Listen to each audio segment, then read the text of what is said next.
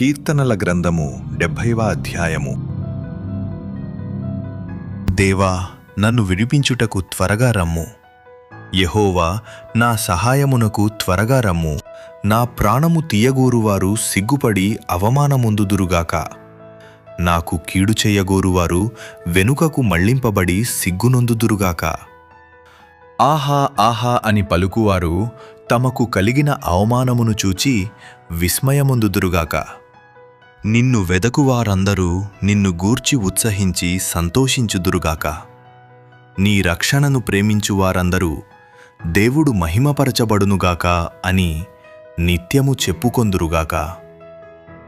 నేను శ్రమల పాలై దీనుడనైతిని. దేవా, నన్ను రక్షించుటకు త్వరపడి రమ్ము.